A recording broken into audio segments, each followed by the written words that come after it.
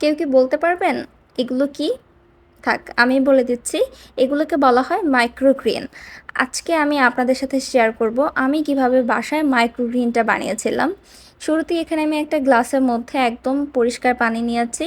তার মধ্যে আমি এখানে 2 চা চামচের মতো চিয়া সিড নিয়েছি।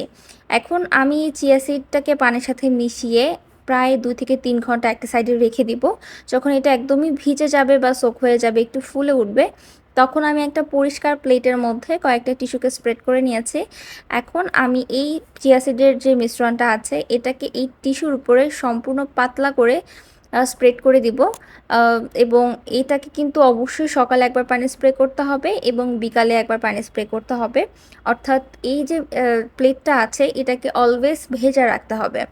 এভাবে করে যেখানে আলো বাতাস পৌঁছায় এরকম একটা জায়গার মধ্যে আপনি 2 থেকে 3 দিন যদি এটাকে রেখে দেন, তাহলেই কিন্তু আপনার মাইক্রোগ্রিনটা রেডি হয়ে যাবে। মাইক্রোগ্রিন আসলে অনেক কিছু দিয়ে করা যায়, তবে আজকে যেহেতু আমি প্রথমবারের মতো করছি তাই এক্সপেরিমেন্ট হিসাবে আমি সবচেয়ে সহজ যেটা, সেটা হচ্ছে চিয়া সিড, এটা দিয়ে মাইক্রোগ্রিনটা ট্রাই করছি।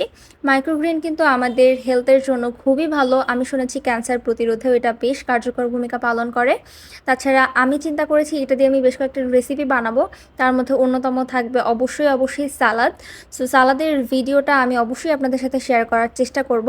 এবং আপনারা কেউ বাসার মধ্যে মাইক্রোগ্রিন তৈরি করেছেন কিনা, করে থাকলে সেগুলো দিয়ে আপনারা কি রেসিপি করেছেন, বা আপনাদের জানা মতো যদি কোনো রেসিপি থাকে সেটা কিন্তু আমাকে অবশ্যই কমেন্ট করে জানাতে পারেন। আমি অবশ্যই সেই রেসিপিগুলো ট্রাই করে আপনাদের সাথে শেয়ার করব। প্রথমবার এক্সপেরিমেন্ট হিসেবে আমি শসা, ক্যাপসিকাম, গাজর এবং লেবু দিয়ে এই সালাদটা বানিয়েছিলাম, যেটা টেস্ট খুবই ভালো হয়েছিল।